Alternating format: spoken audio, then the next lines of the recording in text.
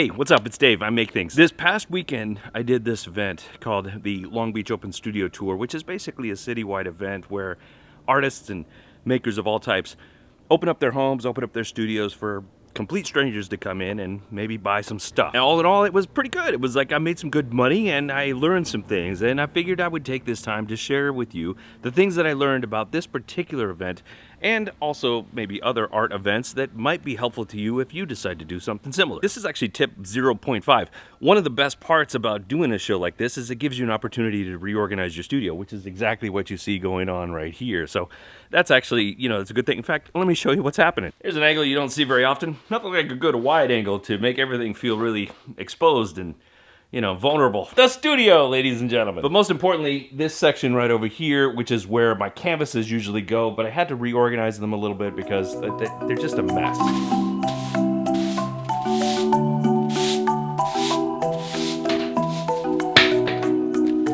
Okay, tip number 1. Don't rely too heavily on technology, because you see this little device right here? This is my credit card reader. When I needed it the most, it decided to not work for me. For whatever reason, decided, nah, not this time, Dave. Thank goodness for Venmo and Cash App and some other ways that I was actually able to make the transaction finally, but I almost lost the sale because of it, because I relied too heavily on this being the way it worked.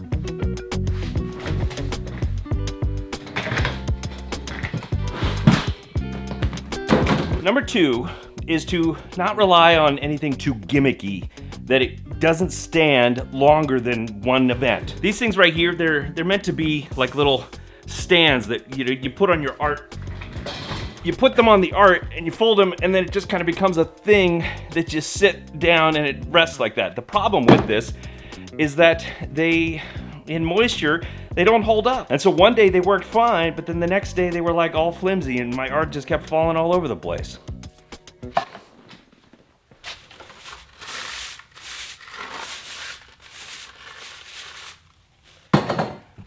Tip number 3 is to not spend money on anything unless you absolutely need it for the show. You don't want to be going into the red before you even enter into the show, and therefore you have to make back all this profit just to get above bubble. It's going to affect your mindset if you go in like that. You don't want that. You just want to go in clean, saying, I just need to make enough to cover this little bit of expense that I spent. Everything else is gravy.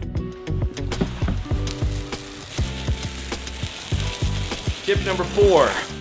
The things that we choose to care about may not matter to the people that come see us. This studio is complete disarray, and I was actually a little embarrassed to show it to other people, but people still wanted to see it and they thought it was pretty cool. Tip number 5, business cards are completely pointless. All these are an obligation for them to come back after the fact. Most of the time, they're not going to do that. You're much better off by putting a QR code out there, and that code will help them do something immediately on the spot, whether it's send them to your website, your social media, or get on the newsletter. Have you joined the email list? There's some pretty cool stuff happening there.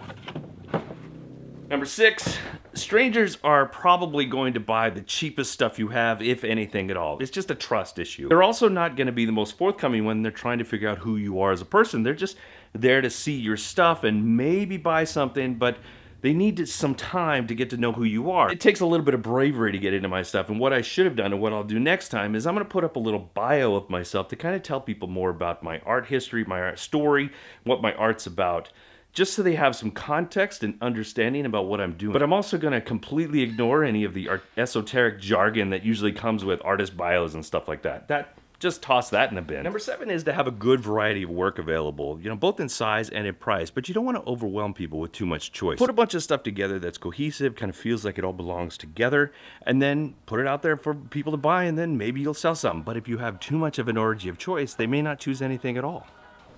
Number 8. If you have to give people a choice between cheap and easy, they're going to take easy almost every single time. If you have a picture that's framed and it's got a nice mat and it's got good hanging hardware, you've made the buying decision so much easier, because all they have to do is take that piece, give you the money, take it home, put a nail in the wall, and it's done. Number 9, become a good storyteller, because the more quickly, concisely, and passionately you can tell a good story about your work and get people engaged in it, the more likely they're going to buy from you.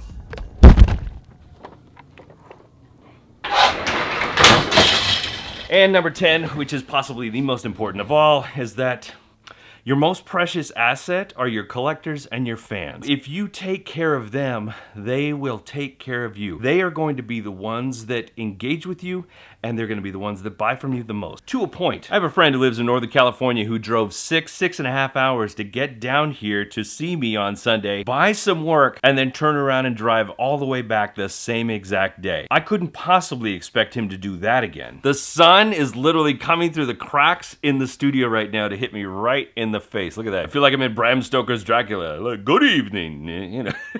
Let's move this over here then.